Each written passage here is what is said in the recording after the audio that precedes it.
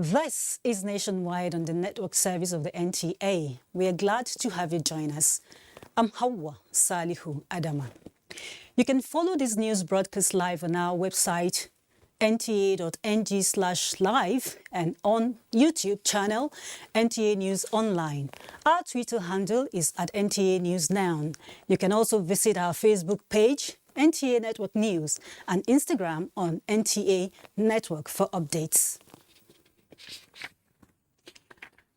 Minister of Works and Housing, Babatunde Raji Fashola, has given an update on the status of ongoing projects undertaken by the Presidential Infrastructure Development Fund, managed by the Nigeria Sovereign Investment Authority. Elizabeth Omori reports on the level of success recorded at the State House weekly briefing. The PIDF, conceived in 2018 by the President to accelerate the execution of critical and strategic infrastructural projects essential for rapid growth 4 years running, has recorded significant successes through implementation. This briefing underscores the importance of the initiative to national projects driven by transparency and accountability. The 3 infrastructure projects under the PIDF include the construction and expansion of the Lagos-Shagamu-Ibadan dual carriage. Lagos to Shagamu, JB, 43.6 kilometers is 134 billion, because what we're doing there is that we're expanding the existing route from 2 to 3 lanes on each carriageway. And we're also providing some other services, service lanes. Amount that has been certified is 83%, 57% completion. Just like the Abuja-Kaduna Highway, the Lagos-Ibadan Expressway also has at least 40,000 vehicles using it every day. So this is what we have to manage while we are constructing. The second project is the associated infrastructure for the second Niger Bridge linking Anambra and Delta states with 49 meters. The amount, 206 billion. The amount that has been certified to date is 160 billion. And the percentage level is 91%. The rehabilitation of Abuja-Kaduna-Kano dual carriage, which is the third, the minister hinted, has 41 bridge components over 4 territories: FCT, Kaduna, Niger, and Kano states. This is a 375-kilometer project. It's actually the biggest project in Nigeria. The cost is in the order of 700 billion. The projects so far have generated thousands of direct and indirect jobs, with income trickling across board. In Abuja, Elizabeth Omori, NTA News. To health matters now, a 10-year primary healthcare guideline, standards and regulatory framework to improve healthcare service delivery in Nigeria has been launched at the Primary Healthcare Summit ongoing in Abuja. Vice President Yemi Oshibajo, who launched the document, says the federal government is prioritizing health security and making primary healthcare fully functional in the spirit of achieving universal health coverage. No matter how robust we want a health system to be, it can only be as strong as our primary health system. Because of the preventive focus of primary health care, any investment in healthcare is a wise investment in the social and economic well-being of society. I think it's appropriate that we should reflect on the state of primary healthcare in Nigeria Revitalizing primary healthcare centers is central to this initiative and is key to Mr. President's health agenda and also the Ministry of Health's efforts to reposition PHCs to deliver quality healthcare service, irrespective of the location. At the Nigerian Governors Forum, we remain committed to working with the Federal Ministry of Health, the National Primary Healthcare Development Agency, and our partners to achieve our health goals. The 2022 Primary Healthcare Summit, which has Reimagining Primary Healthcare in Nigeria as theme, aims at galvanizing national and international stakeholders to invest and also collaboratively implement a primary healthcare revitalization strategy for Nigeria. The United Nations and global TB partners are sounding alarm for increased investment to end tuberculosis and save the lives of thousands of citizens who are suffering and dying from the infectious, deadly but curable disease. This is the highlight of the 2022 World TB Day, which reminds world leaders of the limited time to act on the commitment to end TB. Ifeoma Ihoje has to report. Tuberculosis being a potentially serious infectious disease that mainly affects the lungs and sometimes other organs of the body, according to health experts, spread by airborne respiratory droplets. While TB may be asymptomatic, when symptoms occur, they usually include a cough, weight loss, night sweat, and fever. So if a person with TB coughs, sneezes, even talks, the infection can spread. While global efforts to combat TB have saved millions of lives, the theme for 2022 World TB Day, Invest to End TB, Save Lives, conveys the urgent need for more investments to ramp up the fight against TB and achieve the commitment made by global leaders to stop the disease. The government to create awareness and to provide services at the health facility for people to access cure for TB. The End TB campaign also highlights the behavioral change approach to encourage more citizens to take advantage of the available free testing and treatment for tuberculosis. When we do tests and know about it, there is treatment for that. In Akwa Ibom State, for instance, there are over 500 facilities that host TB Direct Observed Treatment centers where free testing and treatment can be easily accessed. In Uyo, Ifeoma Ihoje, NTA News. Invest to end TB, save lives is the United Nations appeal to global leaders in fulfillment of their commitments to end tuberculosis. Uche Ugochukwu in this report takes us through the Nigerian situation. Tuberculosis, popularly called TB, is an airborne disease associated with more than 2 weeks cough, weight loss, and excessive sweat. Tuberculosis largely is caused by Mycobacterium tuberculosis. Okay, but you still have some other species of Mycobacterium. The World Health Organization describes TB as a killer neglected tropical disease, which one active case can infect 10 to 15 people in 1 year. It is also a leading cause of death among people living with HIV. Regrettably, data by the World Health Organization shows that in every 100,000 Nigerians, 219 are infected with TB, despite federal government's efforts to tackle the scourge. Stigmatization as well as the discrimination among towards the TB patients have actually driven TB underground. People are not willing to come out to own up that they have tuberculosis. We need other sources of, let's say, the way to encourage people to invest in TB program. A TB survivor, Francis Obong, is a testimony to this stride. Getting to the hospital, I noticed I was taken to the X-ray. From the very day I started taking my drugs till the termination of the 6 months, I took everything I took. The food that was given in the hospital was all free.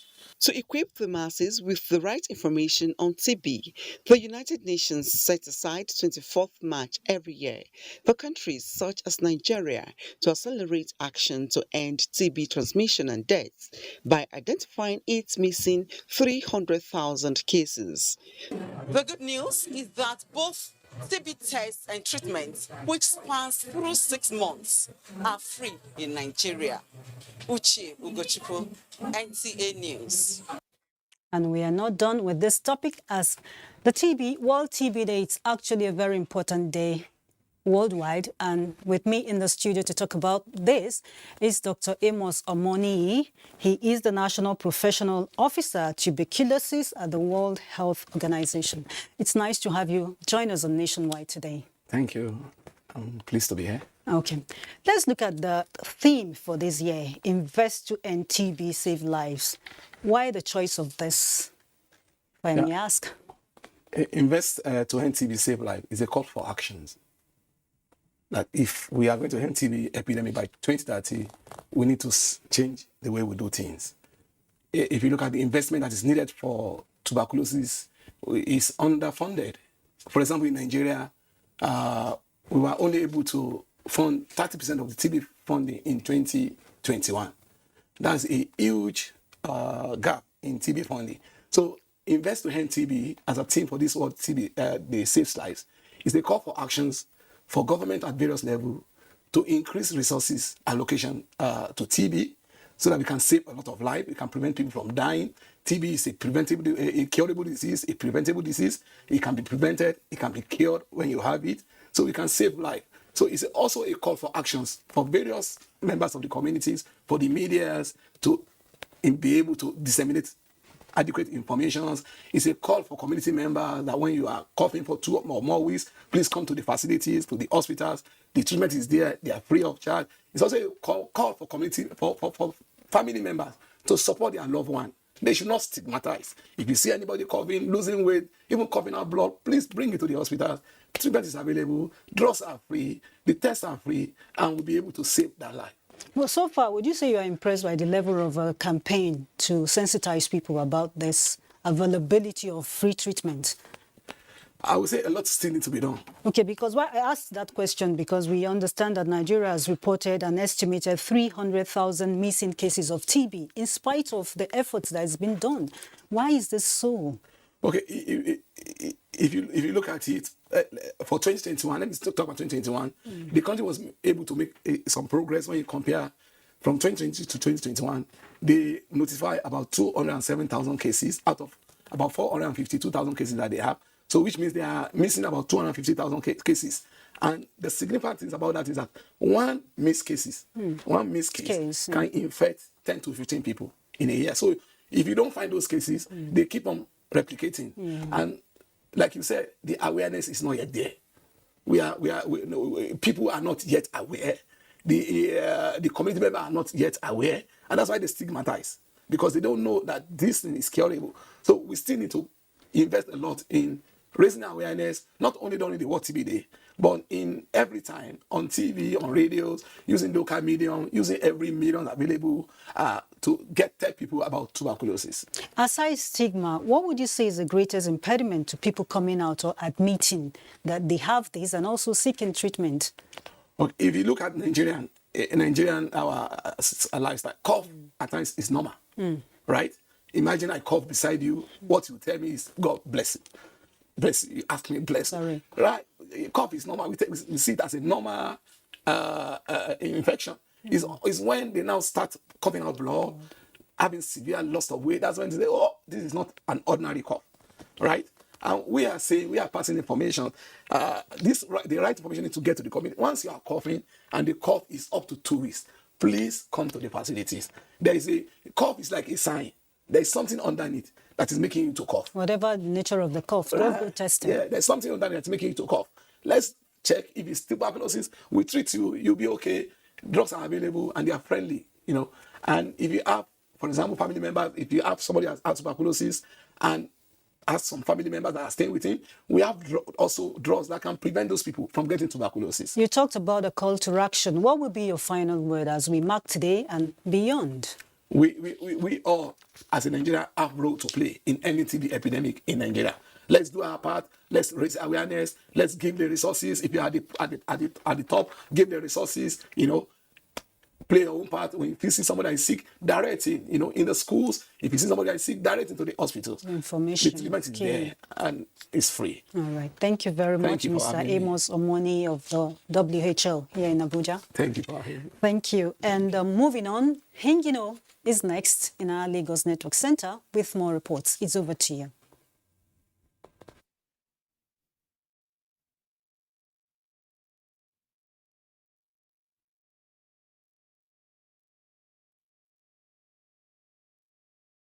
Those affected. Earlier, I visited those affected.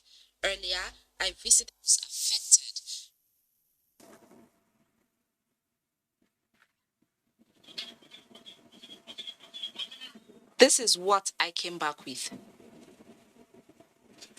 Okay, moving on to the next story now. Nigeria is steadily taking ownership of efforts in the survey and charting of its indigenous waters as NNS Lano, the nation's first ever purposeful built offshore survey vessel, sails on its maiden hydrographic survey mission. The ship sailed in Lagos after a ceremony to flag off the indigenous survey and charting of Nigeria's offshore waters by Transportation Minister Rotimi Amechi. Adeni Tayo completes the report. Minister of Transportation Rotimi Amechi, joined by Chief of the Naval Staff Vice Admiral Hauwa and other dignitaries, flagging off Nigerian Navy survey vessel NNS Lano and wishing her fair wind as she sails on her first hydrographic mission. On cue, the ship cast off, heading out to survey approaches to Lagos from the nation's international waters. The mission, the minister notes, is symbolic for a nation like Nigeria, which has 84,000 nautical square miles of coastal and offshore waters, with 85% of its imports done through the maritime domain. It is also expected that at the end of this survey and charting campaign, up-to-date indigenous nautical products will be available to facilitate smooth takeoff of the new deep sea ports that are under construction. This event is coming at a time the nation is committed to the sustainable development of its blue economy.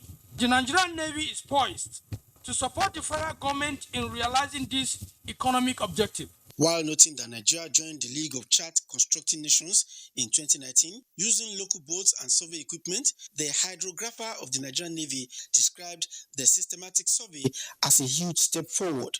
The Nigerian Navy Hydrographic Office identified approaches to Lagos as the most critical area to be surveyed by Lana at the end of this ceremony. She would, however, only perform that role by being constantly at sea, collecting relevant data, hydrographic and oceanographic data with which to chart our water. Already, focal agencies in the maritime sector are waiting on the wing to leverage both navigational and non-navigational data from the vessel's mission. There will be collaboration between NPA and Nigerian Navy.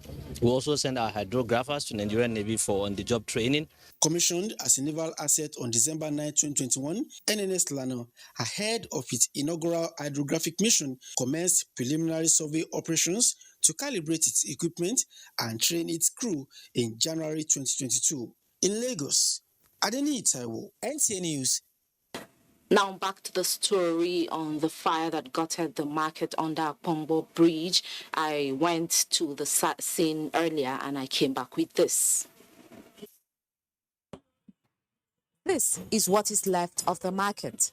Scavengers raking through the rubble, gathering remnants from what once made this place a hot spot for buying and selling of baking materials.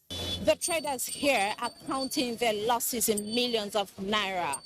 They are devastated by the impact of the fire. I tried talking to some of them, but none is willing to respond. They are becoming aggressive. Some boys are even threatening to break our camera if we don't leave immediately. I had to look for a safe place to do this piece to camp. So my crew and I are leaving now. From the market, I headed to the bridge to see the effect of the fire. It is enormous. Cars are being diverted to avoid pressure on the section of the bridge. This is causing a heavy traffic, and some passengers have to complete their trip on foot. Commercial motorcycle riders are making brisk business as a result of the traffic. The traffic is too much. Since yesterday now, the motos sleep on the road because of this thing. We appeal to our government to help us, that assist us do the bridge as soon as possible to ease up the traffic. Commuters are hopeful that the bridge will be repaired on time to address the traffic.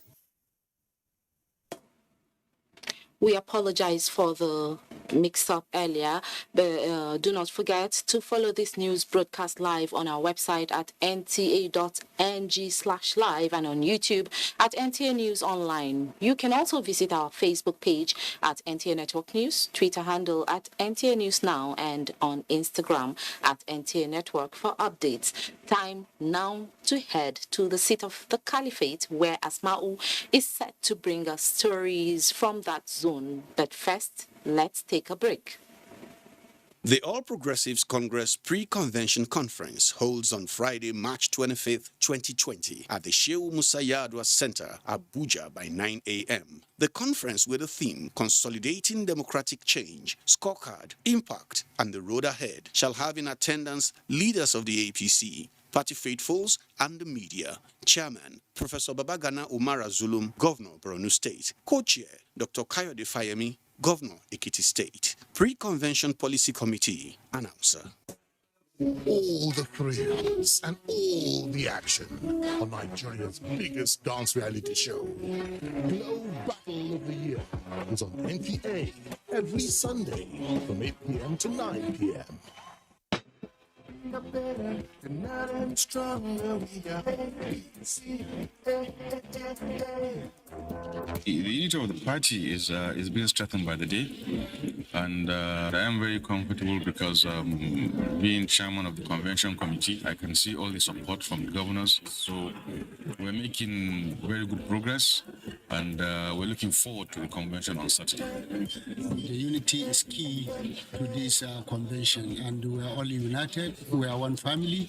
We are going to work together for the success of this convention. You know, APC is a solid, united family. As you can see, we are united as governors and as members of APC. The APC National Convention, stronger and more united for a greater Nigeria. Join us on Saturday, 26 March 2022 at the Eagle Square, Abuja. The APC welcomes you. Candidates who are interested in gaining admission into NTA Television College Jos for the 2021-2022 two-year National Innovation Diploma Program are to apply for admission through the Joint Admissions and Matriculation Board, JAM. The courses available for application include film and television production, broadcast journalism, and television engineering technology. Such candidates must have a minimum of 5 O-level credits in relevant subjects including English language and mathematics. For more information, please contact NTA Television College, Jos, or the marketing department of any NTA station nationwide. Registrar, Announcer. APC, united and stronger, working for a better Nigeria. APC. We've had our own fair share of differences of opinion, of contention, of debates, of robust arguments, but these are all geared towards building a much stronger entity, a much stronger party.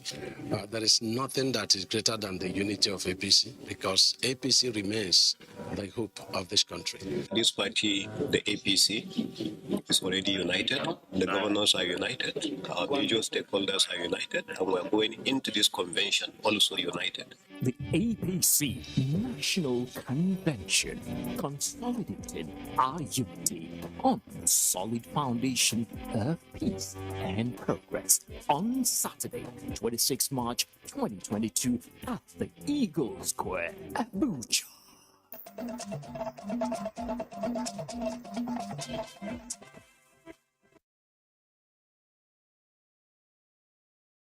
Welcome to Sokoto and Nationwide.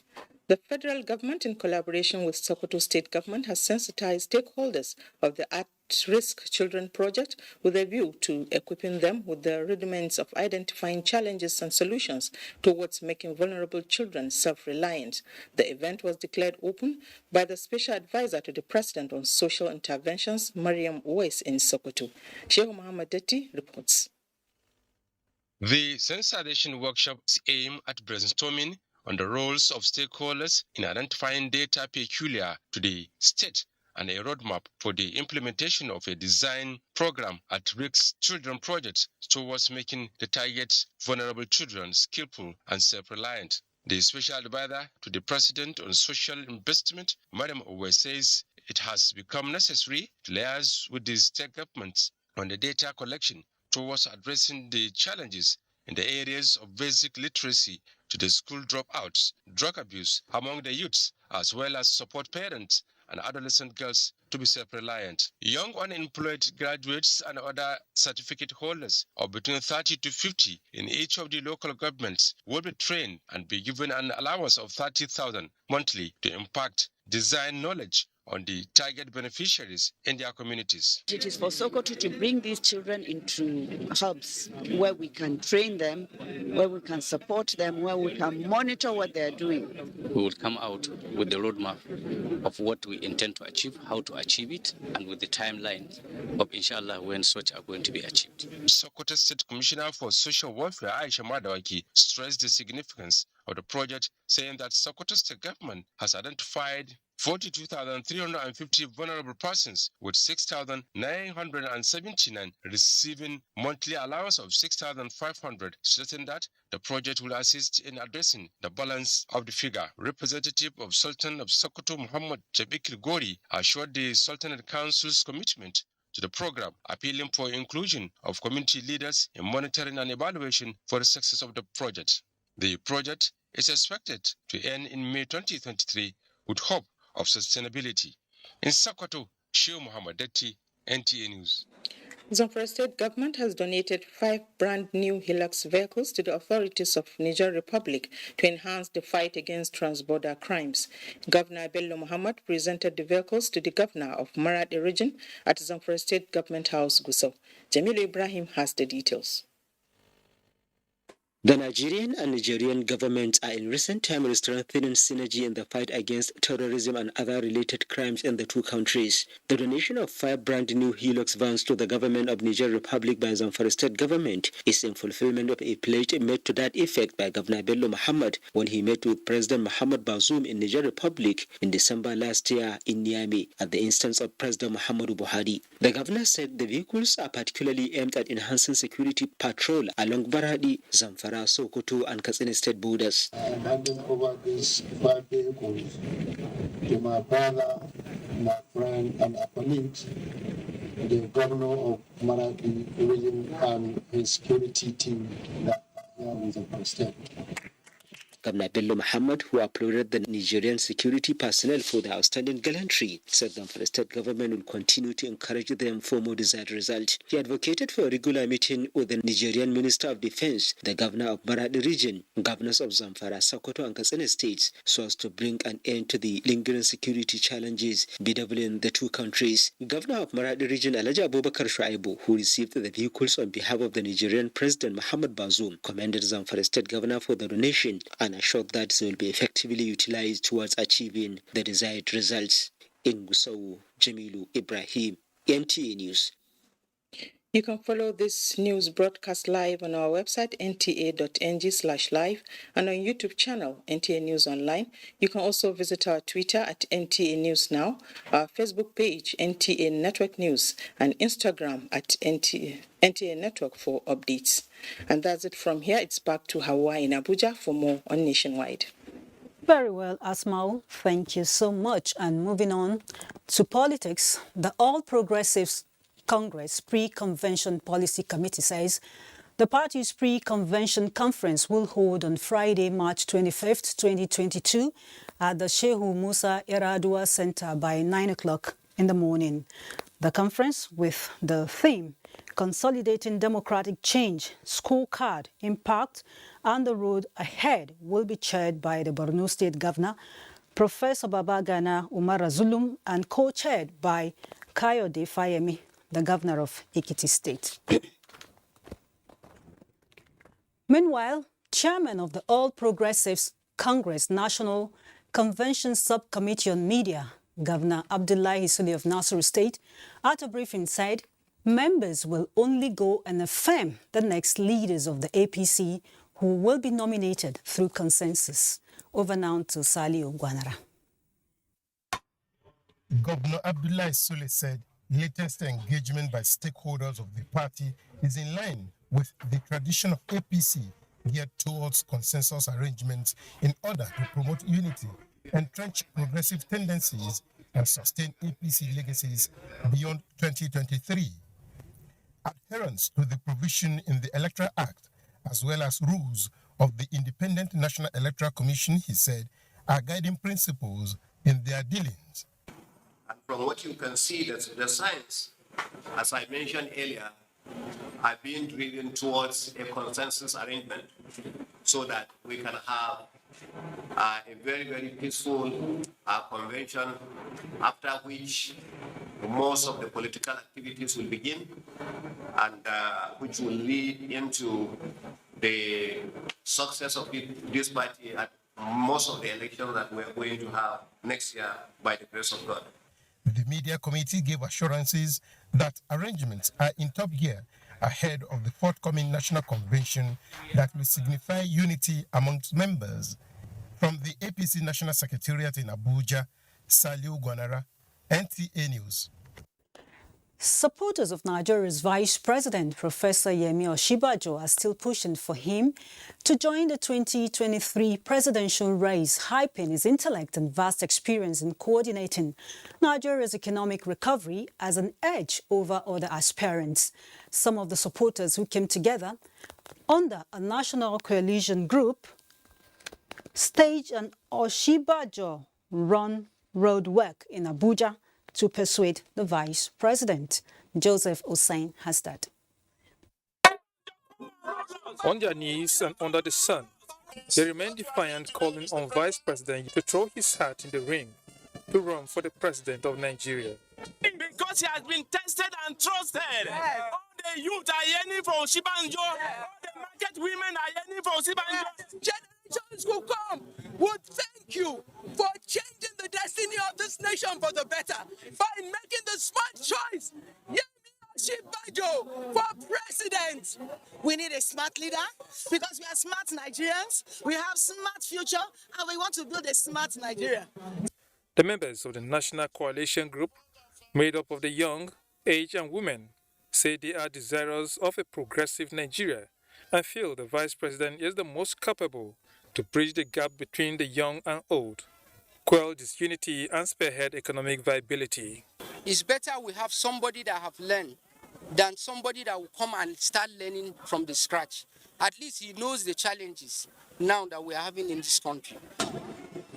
The group is pinpointing the laudable leadership the VP has shown in driving economic policies with meaningful bearing on wealth creation for the youth and women as an example of his capability for a country in dire need of economic diversification.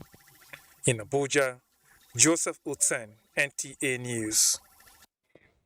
To the National Assembly now, where the Senate is set to give more impetus to the social security programs with a legislative framework that will establish a National Social Security Commission. National Assembly correspondent Dayo Gunshala reports that the bill being thrown up for public review was sponsored by the Deputy Senate President, Ovie Omo Agege. One of the indices used as benchmark for determining a developed society is the ability to deploy social security for the vulnerable. Even though governments across levels are providing services that can be categorized as social security, lack of legal frameworks backing the efforts is seen as a lacuna. And that is what the bill, sponsored by Deputy Senate President, intends to address. Social Security Commission is in tandem with global best practice of having safeguards or processes of dealing with unforeseen occurrences and emergencies. The bill provides for contingencies arising from medical care of a preventive or curative nature, sickness, including incapacity to work, resulting from a morbid condition. Stakeholders agreed that this attempt will improve national security. This commission will help to ensure that successive governments that comes in works, there's a framework for which to continue to support the vulnerable. There is evidently a convergence that the elite policy-making persons in our country are beginning to find a meeting ground with the aspirations and wishes of the working people.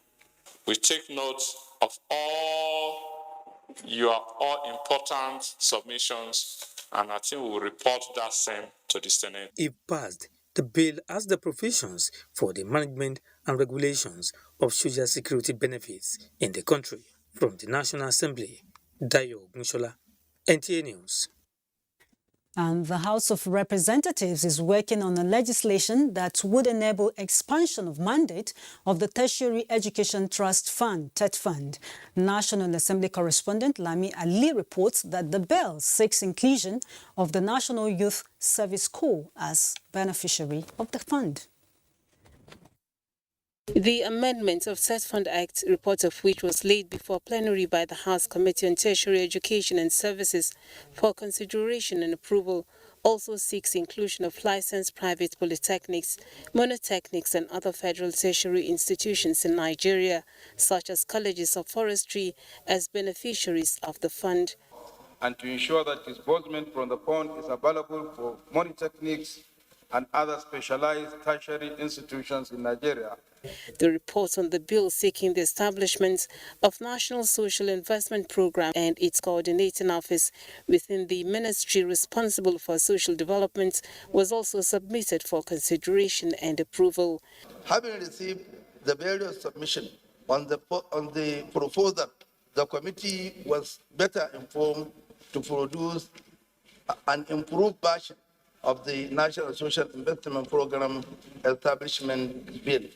The House passed at second reading a bill to establish Federal Teaching Hospital Makurdi, Benue State from John Day, and a bill to establish Federal College of Agriculture, Ogboimbiri in Bayelsa State, sponsored by Pre Goodluck Oseke. Meanwhile, the House is seeking justice for late Ms. Chinenye Opa, allegedly shot by security operatives in Enugu on the 18th of March 2022, as raised by Deputy Minority Leader Tobi Okechukwu. This attack was orchestrated by suspected security agents, and it happened at coal camp in Enugu. From the National Assembly, NTA News. And Diba Bare in our Port Harcourt Network Center jumped to the queue earlier, but I understand she's not ready for us. Good afternoon to you. Well, and welcome to Port Harcourt. For some weeks, Nigerians have grappled with fuel scarcity and high cost of petrol, which is sold at between 220 to 250 naira in Port Harcourt. The lingering situation has not only caused hardship for motorists, but has also led to financial challenges for other residents and small business owners who depend on the petrol for their daily activities. Jenny Bassi tells us more. Recently, Nigerians in Port Harcourt are faced with the hard reality of purchasing fuel at 220 naira and 230 naira as against the official pump price of 165 naira in filling stations. The reason for this scarcity was first attributed to the adulterated petrol imported into the country and later to the hoarding of the product by marketers. The most recent is the low supply of the product to the state. They have actually brought new product, but it is not serving it's not enough to serve the masses. That's the current problem. That is why you see an NPC will say today, tomorrow they are not selling, because they don't have it. If they have it, if there is enough product, all more stations will be open. If you go to depot, you will discover that they are getting it at higher price to sell, and it's not everybody that will afford to buy at that price. Some are afraid of buying it tomorrow. Now price will fall and they will run loss. The high cost of fuel has resulted to increase in transportation fare as well as high in prices of food items, a situation residents describe as unfortunate and appeal to government to set up a monitoring committee to check the activities of marketers. When there was scarcity, I believe it's somehow better when others are selling 190, 200. But now it looks as if the fuel is available. It's on the high side. Some are selling 220 naira, some are even selling 230. It's so unfortunate. And government has been promising us that the price will come down, They are instituting a monitoring group to ensure that we buy at official price. But we have seen that the official price is now 220. 220 says, I go for here now. They say the 220, so me, I no fit buy. Port Harcourt residents are therefore hopeful that in no distant time, the situation will be abated. In Port Harcourt, Jenny Bassi, NTA News. The IGP Task Force on Petroleum and Illegal Oil Bunkering has arrested 21 suspected oil thieves and seized 31 vehicles conveying various quantities of adulterated petroleum products in Rivers State. Parading the suspects in Port Harcourt, Acting First Public Relations Officer Olumuyiwa Adejobi says investigation is ongoing towards prosecution of suspects. Robinson Jataide has the details. Loss of petroleum resources and the attendant environmental pollution arising from illegal oil bunkering led to the setting up of the IGP Task Force on Petroleum and Illegal Oil Bunkering. This is to help complement other security agencies in the fight against economic sabotage in the Niger Delta region. Those illegally refined petroleum products hidden under noodles and fertilizers could not escape the eagle eyes of the task force in the last 6 months in Rivers State. 20 trucks and 13 other vehicles conveying over 150,000 liters of petroleum products were confiscated by the task force. The IGP is seizing this opportunity to reiterate commitment towards fighting all forms of criminality, including the protection of government and public critical assets, in order to curb economic sabotage and restore a healthy environment back to this country. The police spokesman says 29 suspects are also undergoing interrogation and will be arraigned in court, while warning oil thieves to either repent or face the wrath of the law. The police urge the public to continue to believe in the force and furnish it with credible information that will lead to the arrest and prosecution of oil thieves. In Port Harcourt, Robinson Derateide, NTA News. And that does it from Port Harcourt. The news will continue in Kaduna with Salamatu right after the break. Good evening. The All Progressives Congress Pre-Convention Conference holds on Friday, March 25th, 2020 at the Shehu Musa Yadwa Center, Abuja by 9 a.m. The conference with the theme Consolidating Democratic Change, Scorecard, Impact, and the Road Ahead shall have in attendance leaders of the APC, party faithfuls, and the media. Chairman, Professor Babagana Umara Zulum, Governor, Borno State. Co-chair, Dr. Kayode Fayemi, Governor, Ekiti State. Pre-Convention Policy Committee, Announcer.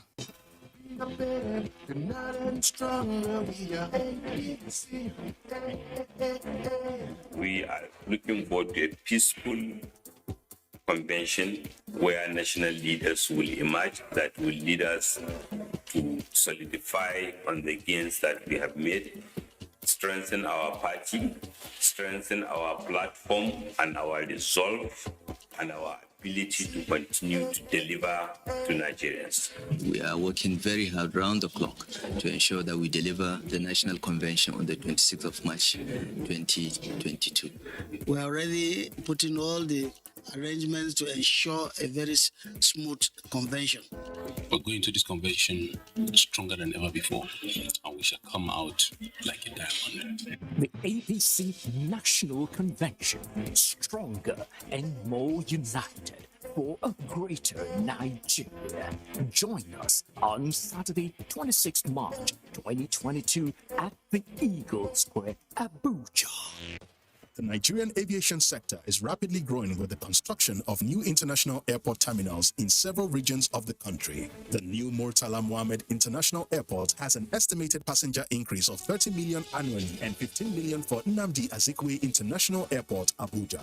Malam Aminu Kano International Airport is also expected to open new frontiers for the region with more travel capacity for the annual Hajj, while the new Akanu Ibiam International Airport, Enugu, avails more business opportunities connecting the industrial cities in the region to the world. These new terminals beat world-class standards with enabling infrastructure that aid air travel, tourism, and the eventual growth of the country's GDP. Open up commerce and, of course, link us to international societies. People from international community will come here to do business, and then that will bring in more revenue to the state. Now, distances can be seamlessly covered as Nigeria keeps raising its bar to suit global infrastructure standards.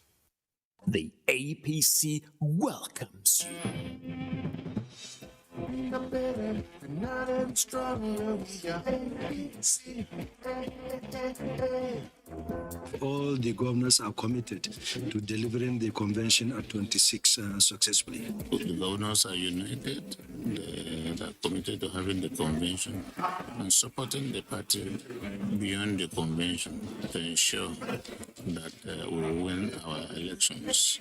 The most important thing that we are doing is to reposition the party to a greater height without compromising national interest. The APC National Convention, stronger and more united for a greater Nigeria.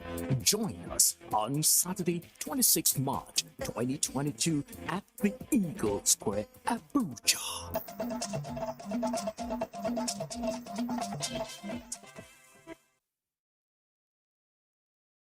Wide on NTA, and thanks for joining us here in Kaduna.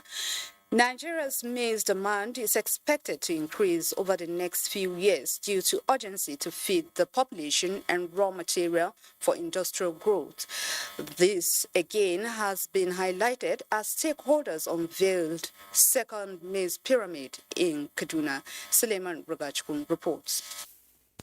As at last year, Nigeria consumed 12.38 million metric tons of maize. This is largely due to population explosion and industrial demand. This is because maize is second staple after rice, and its demand keeps on rising, pushing farmers to scale up production to meet for local demand and export. Federal government rolled out various incentives through the Central Bank of Nigeria to support maize production in large quantity.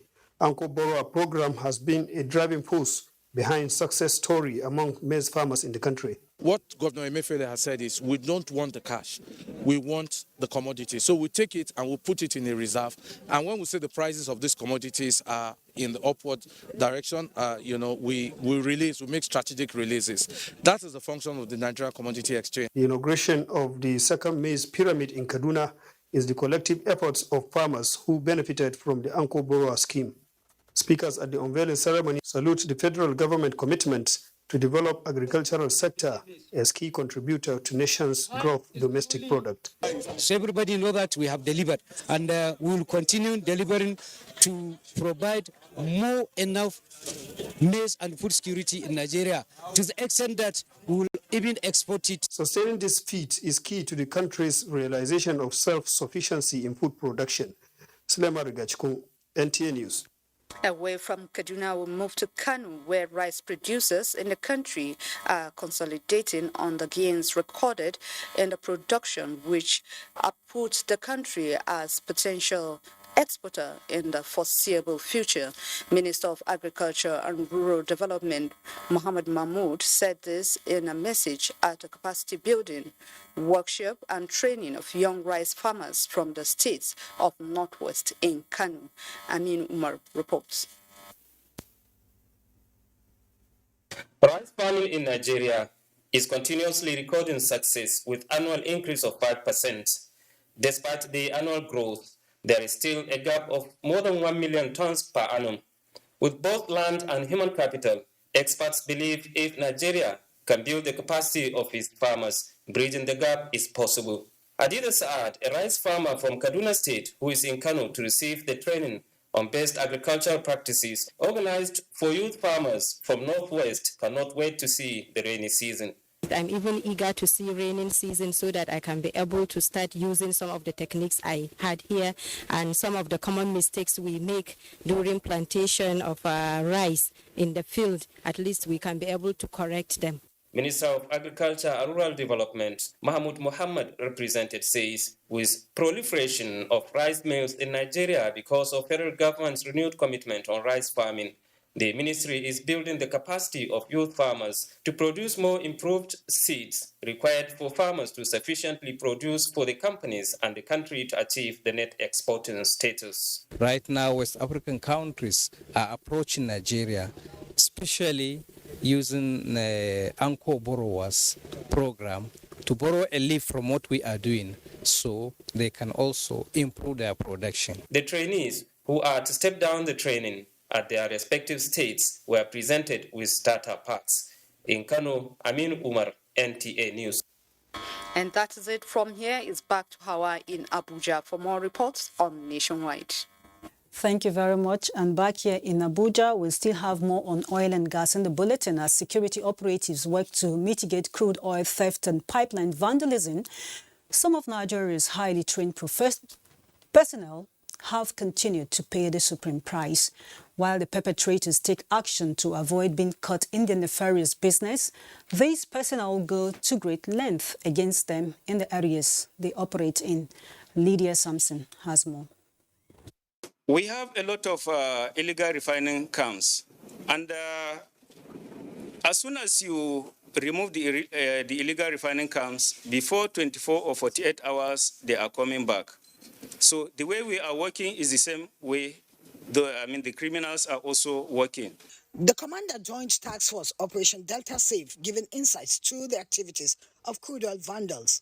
The task force cut across 10 oil-producing states, comprising special squads from different security agencies. This officer paid the supreme price. However, his colleagues are not giving up. Flying over from Port Harcourt to Bonny, the area view indicates massive destruction on the environment and the source of livelihood of the communities.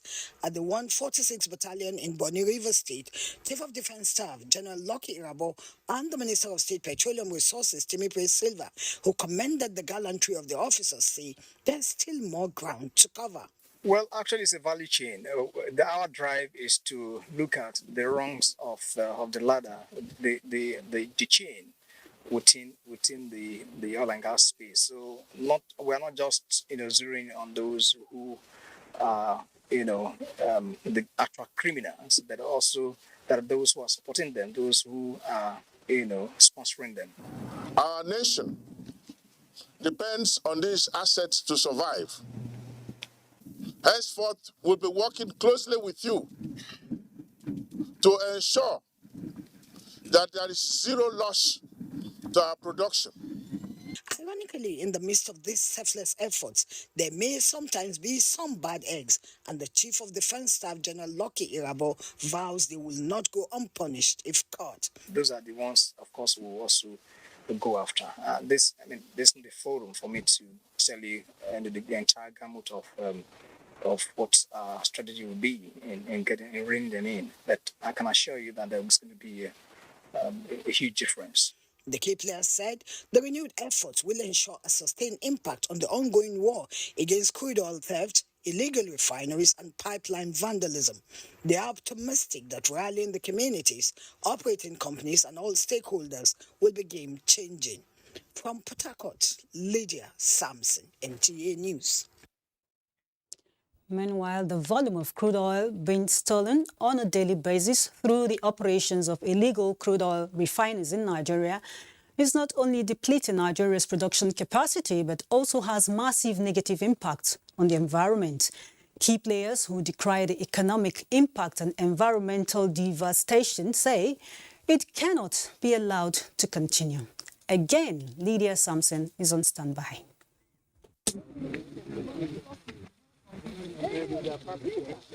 Crude oil theft is often considered a massive economic sabotage. And as you can see right beside me here, this massive waste in the middle of Iba community in Port Harcourt, where illegal refining of crude oil is taking place, but abandoned. Iba community is about an hour's drive from Port Harcourt. Ironically, it is notorious for crude oil theft, which Kiplersi is the biggest challenge bedeviling the oil and gas industry. It is in the light of these that President Muhammadu Buhari had directed that it be tackled once and for all. The combined strategic approach by industry players with security operatives is expected to turn around the narrative. We cannot allow this to continue. Something has to be done. Apart from the toll it's taking on the oil industry, the toll that it is also taking on our environment. The environment that is to sustain our people is too much. Government cannot bear it. So this problem must be brought to an end. The Navy is doing enormous work. In the last 4 to 5 days, they have made several arrests. They are blocking all the estuaries. And as long as we are not able to move the vessels around the waters, it will get out of it. Members of the armed forces are going to be ruthless with anyone that is found to have engaged in the malfeasance. But I can assure you that at the end of it all, there will be greater improvement in the entire space.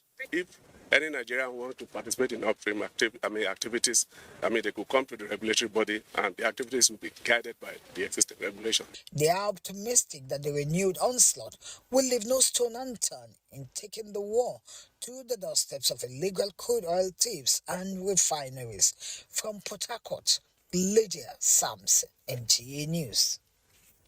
Thanks, Lydia. President Muhammadu Buhari condoles with President Joe Biden of the United States of America, the Albright family, and the global diplomatic community on the passage of the first female United States Secretary of State, Madeleine Albright, who helped shape and steer Western foreign policy after the Cold War.